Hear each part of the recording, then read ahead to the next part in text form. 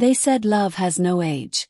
But when a struggling 25-year-old student in Lagos shocked everyone by marrying a 71-year-old millionaire woman, the city whispered, gossiped, and laughed.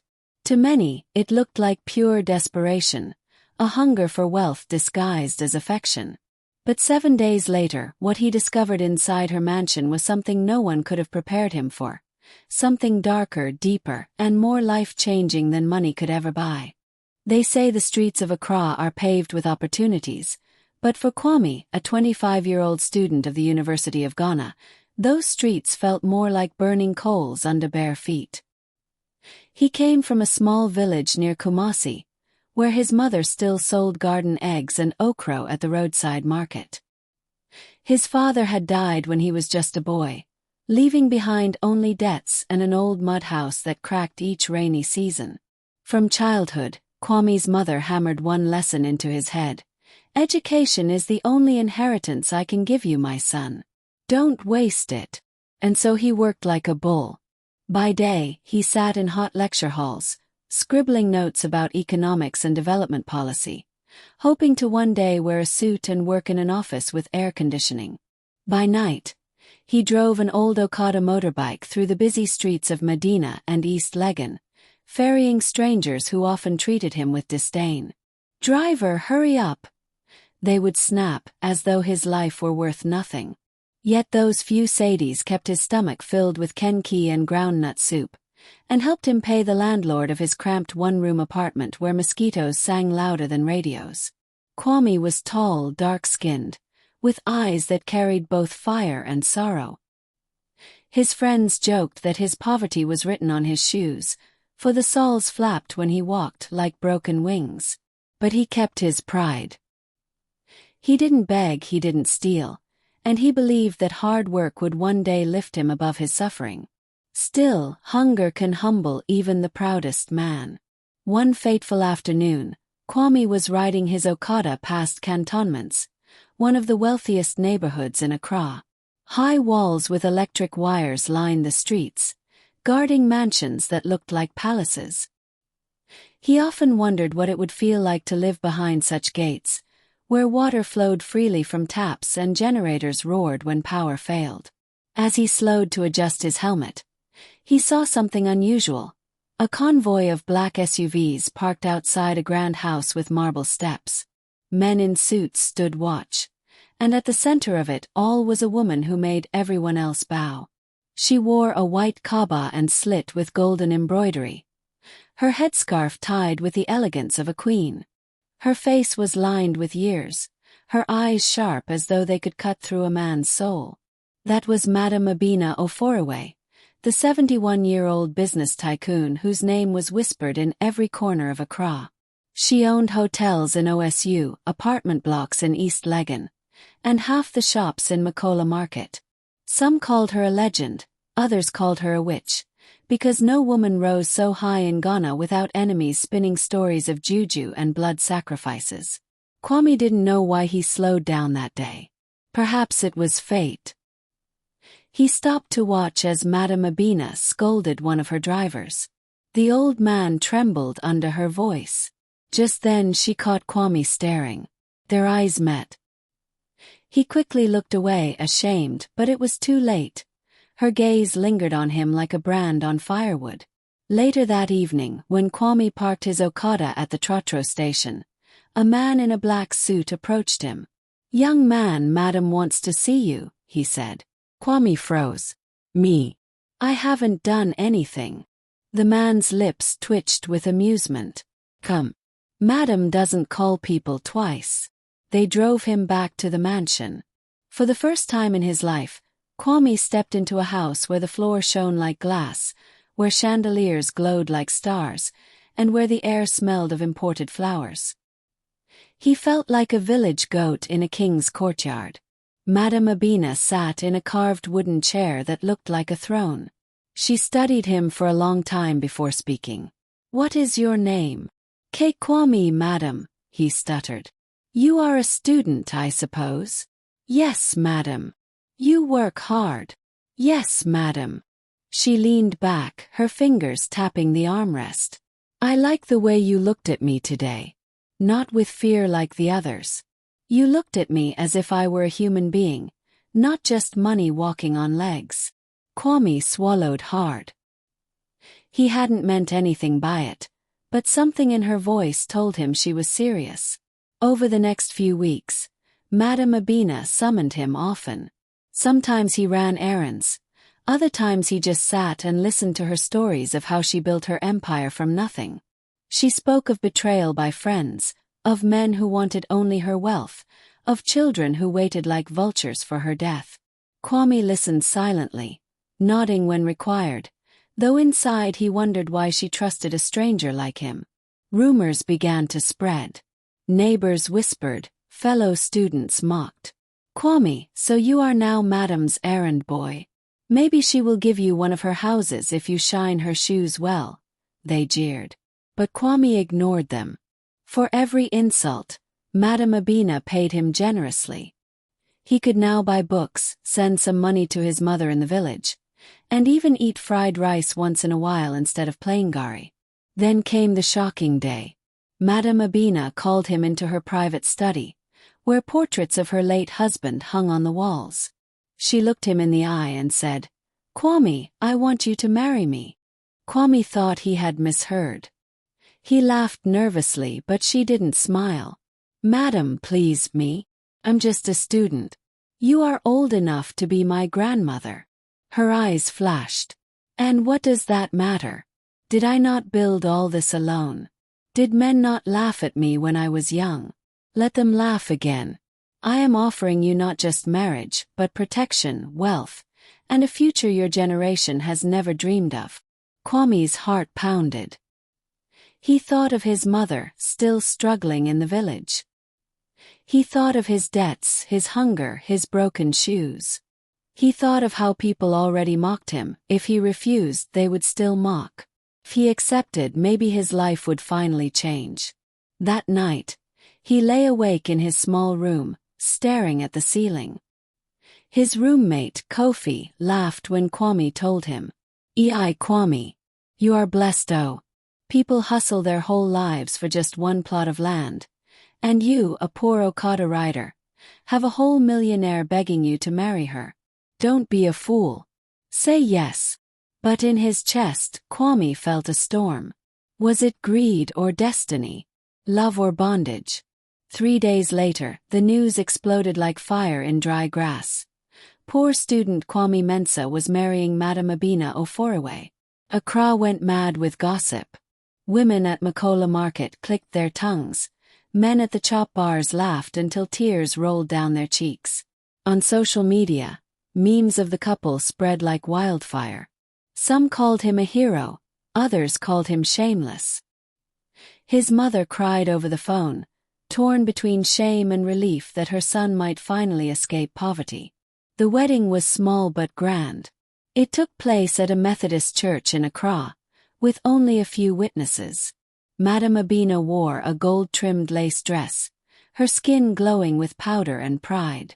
Kwame wore a borrowed suit, too big for his frame. When the pastor declared them husband and wife, Kwame's palms were sweaty, his lips dry. Cameras flashed, and though he smiled, inside he wondered if he had just sold his soul. For 7 days after the wedding, Kwame lived in Madame Abina's mansion. First it felt like paradise. He ate food he couldn't even pronounce, slept on a bed softer than clouds, and wore clothes finer than anything he'd ever owned. Madame Abina treated him kindly, sometimes even tenderly, though her children glared at him like a snake in their garden. Then, on the 7th night, as rain pounded the roof and thunder rolled across the city, Kwame heard a sound that froze his blood. It came from the locked room at the end of the mansion's east wing, a room Madame Abina had warned him never to enter. A cry, faint but human, echoing like a ghost's whisper. His heart raced. He pressed his ear against the door. The cry came again, filled with pain and sorrow. And in that moment, Kwame realized that he had stepped into a life far more complicated than hunger and poverty. He had stepped into secrets that could burn him alive. Kwame could not sleep that night. The sound he had heard from the locked east wing haunted his ears like the cry of an abandoned child. He tossed on the bed, staring at the chandelier above him, his mind battling with fear and curiosity. Madame Abina, lying next to him, slept heavily, her chest rising and falling like slow tides. She seemed unaware of the storm raging inside her young husband. At dawn, Kwame woke to the smell of omotua and groundnut soup drifting from the kitchen. The mansion's staff, dressed in neat uniforms, moved about silently, avoiding his eyes.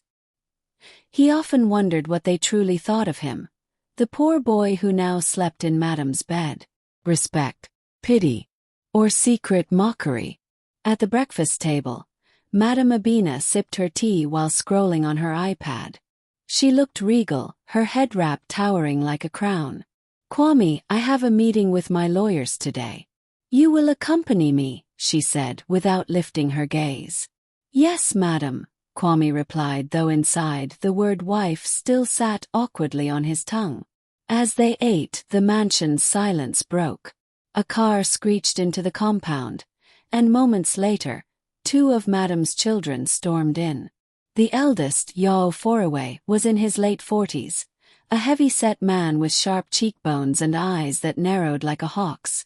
Behind him walked his sister, Akojua, a glamorous woman draped in designer clothes, her perfume filling the room before she even entered. Yao slammed his fist on the dining table. "Mama, what is this nonsense we hear? You married this boy."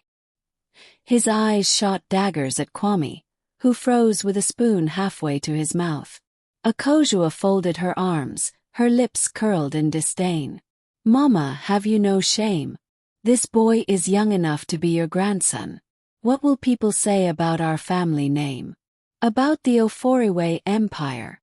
Madame Abina did not flinch. She placed her teacup down gently and looked them square in the eyes. "What people say does not feed you. And Kwame is my husband now. Whether you like it or not, he is part of this family." Ya's face darkened. "Family? This is not family. This is betrayal. Do you know how the world is laughing at us? Do you know the insults flooding our names on social media?" Kojua hissed. "He is a gold digger, Mama. Can't you see? He is using you for your wealth. Today he eats your food. Tomorrow he will sell your properties while you sleep." Kwame's throat tightened. He wanted to defend himself, but Madame Abina raised her hand, silencing everyone. "Enough. My decision is final. If you cannot accept my husband, then leave my house." The room went cold. Ya and Akojua exchanged bitter looks, then stormed out, their footsteps echoing like thunder. Kwame felt small, like a pebble in a river too strong for him. He whispered, "Madam, I mean wife, maybe it is better if I—" But she cut him off sharply. "Do not ever think of leaving me, Kwame. You are mine now. And those who fight you will fight me." Her words soothed him a little, but deep inside, doubt gnawed at his soul. Could a woman really love him, or was he just a pawn in some battle he didn't yet understand? That evening, while Madame attended her meeting with lawyers, Kwame wandered the mansion alone. His footsteps echoed against marble floors, his reflection following him in polished glass walls. Servants avoided his eyes, whispering to one another as he passed. He felt like a stranger in a land of shadows. He found himself standing once again near the east wing. The corridor was dimly lit, the air colder than the rest of the house. He pressed his ear to the locked door. Silence. He almost convinced himself he had imagined the cry, until a sudden thud came from inside, followed by a muffled voice. His heart pounded. "Who is there?" he whispered. No answer. Just silence again, heavy and suffocating. That night, as rain poured and winds rattled the windows, Kwame gathered his courage. He crept out of bed while Madame Abina slept, her soft snores steady. With trembling hands, he used a hairpin he had found in the dressing table to pick the lock. The door creaked open slowly, revealing darkness thick as smoke. Inside, the air smelled of dust and something bitter like old medicine. He stepped carefully, his phone flashlight cutting through the gloom. Then his eyes widened. On a bed against the wall lay a frail young woman, no older than 30. Her wrists were tied with soft cloth, her body weak as though drained of life. She turned her head slowly, her eyes glassy yet filled with desperation. "Please help me," she whispered. Kwame's breath caught in his throat. Who are you?" Before she could answer, a voice boomed behind him. "Kwame!" He spun around. Madame Abina stood in the doorway, her silhouette outlined by the lightning flashing through the corridor windows. Her face was not of anger, but of cold authority, like a queen whose servant had crossed the line. Kwame stammered. "Madam." "Heard. I thought someone." She raised her hand, silencing him. "Close that door. Now." Kwame obeyed, his hands shaking. The young woman's eyes filled with tears, but no words came out. Back in their bedroom, Madame Abina sat on the edge of the bed, her eyes fixed on him. "There are things in this house you do not understand, Kwame. Do not ever open that door again. If you love your life, and if you want to remain my husband, you will obey me." Kwame swallowed hard. He nodded, but his mind burned with questions. Who was that woman? Why was she hidden away like a prisoner? And what kind of marriage had he stepped into? The following days grew tense. Madame Abina's children stopped visiting, but Kwame noticed strange men lurking around the mansion gates. One evening, he overheard two staff whispering. "Ya said he will not let this boy enjoy Madame's wealth. He is planning something. You know Ya. He does not forgive easily." Kwame's stomach twisted. He realized he was not just unwanted, he was a target. One afternoon, as he returned from a walk, he found a note slipped under his door. The handwriting was shaky, hurried. "If you value your life, leave Madame's house before it is too late. The woman in the east wing is the key." Kwame's hands trembled as he read it. His mind swirled with fear and curiosity. Who wrote the note? The staff. The hidden woman. Or perhaps one of Madame's children. That night, he confronted Madame Abina gently. "My wife, there is something I must ask. The woman in the east wing. Who is she?" The mansion had grown colder, not because of the air conditioners humming in every corridor, but because of the tension that now wrapped itself around Kwame like a python. He moved through its vast rooms like a stranger, the laughter of servants turning silent when he appeared, the eyes of strangers at the gate piercing his back as he passed. Yet he could not forget Akojua's words. "Ask her about my father's death. The woman in the east wing, she is not mad." Those words replayed in his mind like a cursed song. Every time he closed his eyes, he saw the young woman's face, pale, tired, yet pleading. He remembered the faint whisper, "Please, help me." And he wondered, what kind of marriage had he stepped into? Was he a husband or a prisoner too, dressed in fine clothes but shackled in secrets? One afternoon, while Madame Abina was out attending a business conference at Kempinski Hotel, Kwame found his courage again. He walked to the east wing, his steps soft against the polished floor. He carried a tray of food as an excuse, in case anyone saw him. The lock clicked open easily. He had memorized the trick from the first time. Inside, the woman lay curled on the bed, her wrists no longer tied but her body still frail. She looked up at him, her eyes filling with both fear and relief. "You came back," she whispered. Her voice was hoarse, as though unused for years. Kwame set the tray down. "Who are you? Why are you here?" "Madame said you are her niece." The woman shook her head slowly. "Niece? Is that what she told you?" Her lips trembled. "My name is Adwoa. I was married to her son, Kwaku, your wife's only son. Do you know what happened to him? Kwame froze. He had never heard of Madame Abina's son. She only spoke of her late husband and her empire, never of children except Ya and Akojua. What happened? Kwame asked. Tears welled in Adwoa's eyes.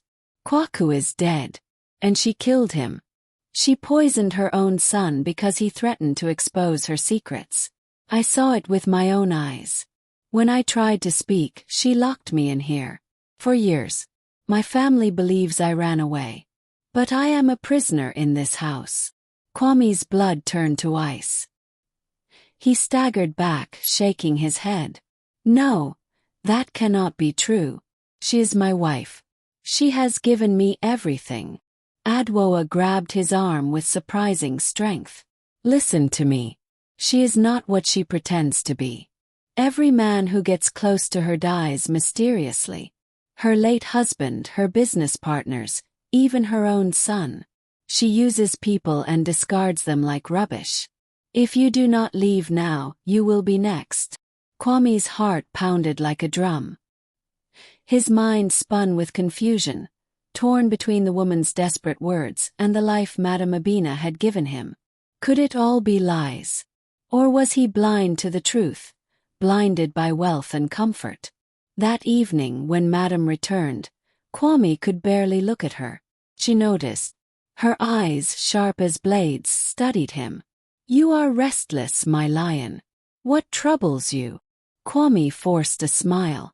Nothing, my wife. Just the weight of people's gossip. But she was not convinced. She leaned closer, her perfume thick in the air. Remember what I told you, Kwame. Loyalty is everything. Betrayal is death. Do you understand? He nodded, but inside fear churned. Days passed, and betrayal unfolded like a play. Ya began visiting the mansion secretly, meeting with servants behind closed doors. Akojua called Kwame late at night, whispering into the phone, "Leave before it is too late. My mother will destroy you like she destroyed all the others." Kwame grew paranoid. Every shadow seemed to follow him. Every smile hid a knife. He wanted to run, to disappear back into his old life of poverty and freedom. But something chained him. His mother in the village, who now relied on the money he sent. Could he abandon her newfound comfort? Could he confess that her son had married into danger, not fortune? One night, unable to sleep, Kwame sat in the garden under the mango tree. The crickets sang, the city lights flickered in the distance. Suddenly, Akojua appeared again. She wore a red dress that glowed in the moonlight, her face painted with both beauty and bitterness. "Kwame," she said softly, sitting beside him. "Do you know why my father died?" Kwame swallowed. "Your father?" Madam said he died of a stroke. Akojua let out a cold laugh. "Stroke? Well." He discovered her deals with politicians, the bribes, the land stolen from poor families. He threatened to go public. 1 week later he was dead. And everyone called it a stroke. She leaned closer, her voice a whisper. "She will kill you too, Kwame. She only married you to spite us, to show the world she can take any man she wants. You are nothing to her but a tool." Kwame shook his head, though his chest tightened with fear. "Why are you telling me this? If she is so dangerous, why not expose her yourselves?" Akojua's eyes darkened. "We tried. But her power reaches everywhere. The police, the courts, even the church. Anyone who speaks against her ends up ruined. Or buried." She touched his arm. "You are young, Kwame. You still have a chance to escape. Take that woman in the East Wing and run. She will tell you everything." Her words echoed in his ears long after she left. He stared at the night sky, torn between love and fear, loyalty and truth. The next morning, Kwame returned to Adwoa's room. She looked weaker, her skin pale, her lips dry. He brought her water, and she clutched it with trembling hands. "Adwoa," he said, his voice low. If what you say is true, why haven't you screamed? Why haven't you found a way to escape? She gave a sad smile. Who would believe me? Everyone thinks Madame Abina is a saint, a philanthropist, a woman of God. But behind those gates, she is a wolf. Nay, I am her captive lamb. Only you can free me, Kwame. Please. Kwame's chest tightened. He thought of his mother's sacrifices, of the hunger he had endured all his life. He thought of the new life he had been given, wrapped in gold but smelling of blood. Could he turn his back on comfort for the sake of truth? That night, Madame Abina called him into her study. The room was filled with portraits of her younger self, awards from presidents, plaques from churches praising her donations. She poured him a glass of wine, her hands steady, her eyes watching. "My lion," she said, "you must learn something tonight. In life there are two kinds of people, the hunters and the hunted. I did not rise to where I am by being weak. People call me cruel, but without cruelty I would be nothing. Remember this. Loyalty will make you a hunter. Betrayal will make you prey." Kwame nodded slowly, the wine sour on his tongue. He realized then that he was trapped in a game he did not understand, with rules written in blood and power. Later that week, tragedy struck. One of the servants who had grown friendly with Kwame was found dead in the servant quarters, hanging from a rope. The house whispered of suicide, but Kwame knew better. Fear clawed at his chest. He realized Madame Abina was sending him a message. Don't ask questions. Don't betray me. But the questions refused to die. Every time he looked at Adwoa, every time he remembered Akojua's warnings, the truth pulled him deeper. And so, one fateful night, Kwame made his decision. He would free Adwoa. As the mansion slept, he crept into the east wing once more, this time with a key stolen from Madame's drawer. He opened the door, his hands trembling, his breath sharp. Adwoa's eyes widened with hope as he untied her. "We must go now," Kwame whispered. But before they could move, the lights snapped on. Standing at the doorway, her face twisted with fury, was Madame Abina. And beside her, smiling coldly, was Yaw. Kwame's heart pounded like a drum in the silence of the east wing. Madame Abina's eyes were fixed on him, sharper than any knife he had ever seen. Yaw's presence made the room heavier, the air electric with danger. Adwoa's frail body clung to his arm, her eyes wide with fear and hope all at once. "You think you can just walk out of my house?" Madame Abina's voice was a whip. "After all I've given you, after all I've trusted you." Kwame took a deep breath. "Madam, cannot stand by while you hurt others. Adwoa. She has been imprisoned for years. You can't keep her like this. And your son, your own blood. You dare speak of my family like that?" Yaw barked, stepping forward, his hands clenched. "You, a boy, dare judge my mother? You are nothing in this house." Madame Abina's lips curled into a terrifying smile. "Kwame, do you truly believe you understand the game of power? This mansion, this empire, is built on loyalty and fear. You are lucky I do not throw you out into the streets this instant. But I am patient. I will test you, as I have tested every man who dared step into my life." Kwame's chest tightened. He felt the weight of truth pressing down. He remembered the servant who had died, Akojua's whispered warnings, and the countless secrets he had uncovered. But more than fear, a new feeling surged. Anger, righteous anger, and a determination to protect Adwoa. He stepped forward. "I will not be your pawn, madam. I came here trusting you, thinking there might be kindness beneath the power. But I see now, power has poisoned everything. And I will not let you continue to harm innocent lives." Madame Abina's eyes glinted, a mixture of amusement and fury. "Bold words from a poor boy. You remind me of Kwaku, my son, before he died. You think you are brave, but bravery is nothing without strategy. Do you know what happens to those who challenge me? Before Kwame could respond, a gunshot cracked through the silence. Yaw stumbled, clutching his shoulder, blood spreading across his white shirt. The staff screamed and scattered. In the chaos, Madame Abina raised her hands in shock, a flash of vulnerability appearing on her usually imperious face. Kwame acted on instinct. He grabbed Adwoa and ran down the corridor, dodging the servants who were too terrified to intervene. The mansion seemed endless, a labyrinth of marble floors, chandeliers, and silent witnesses to the sins committed within its walls. He found the back door and flung it open, the night air of Accra hitting him like a wave. Rain poured, soaking their clothes, but the chill could not dampen the fire in his chest. As they ran through the garden, Kwame's mind raced. He had to get Adwoa out, but where? The city was alive with people, but also with danger.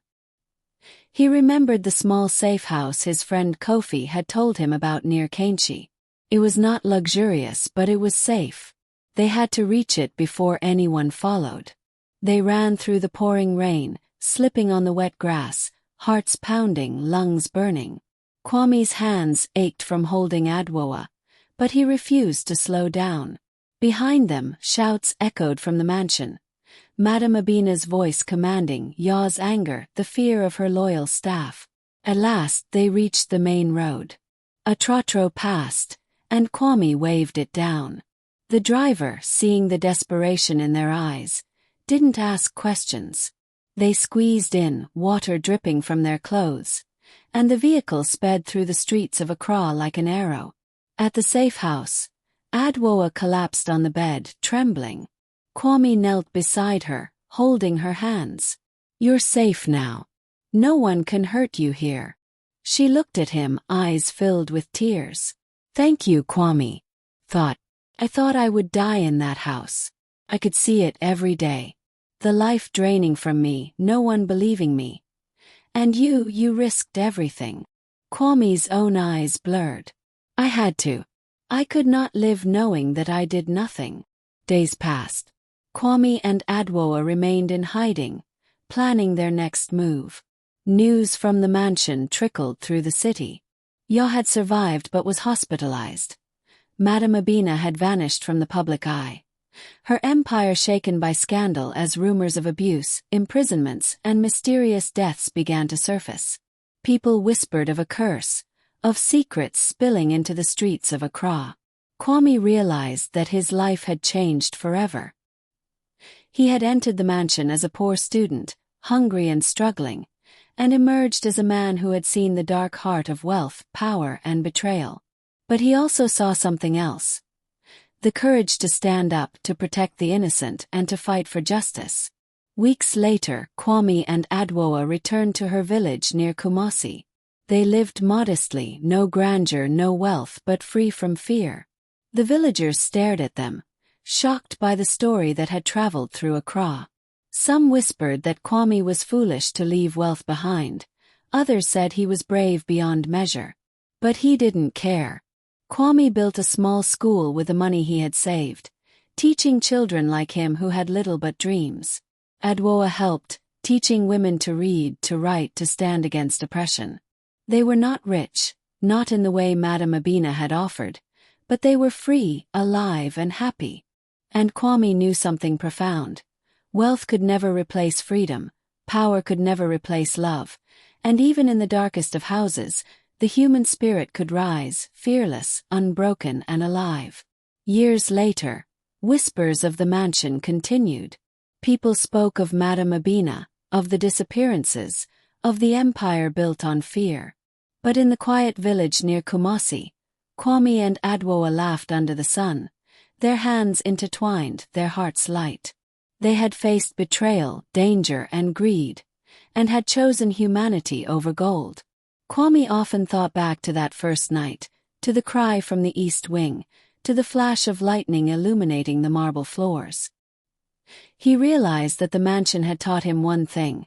Courage was not the absence of fear, but the choice to face it. And love, True love was never measured in wealth, age, or power. It was measured in the strength to protect, to forgive, and to live fully against all odds. And so their story became a legend whispered among the streets of Accra and the villages beyond, a story of hope, bravery, and the quiet triumph of the human spirit. Artist palette AI image generation prompt. Dramatic key scene. Prompt. Ultra-realistic digital art of a tense African mansion seen at night during a thunderstorm. A young Ghanaian man, 25 years old, dark-skinned with determined eyes, is holding a frail young woman, mid-20s, brown skin, soaked by rain, escaping from a grand marble mansion. Behind them, a stern, regal older woman, 71 years old, dressed in a white and gold embroidered traditional Ghanaian dress with a tall head wrap, and a middle-aged man in a white shirt and dark trousers, stand in the doorway with shock and fury on their faces. Lightning illuminates the mansion's intricate architecture, rain pouring heavily, shadows and reflections on the wet ground, high tension, cinematic atmosphere, dramatic lighting, cinematic lens, 8K highly detailed.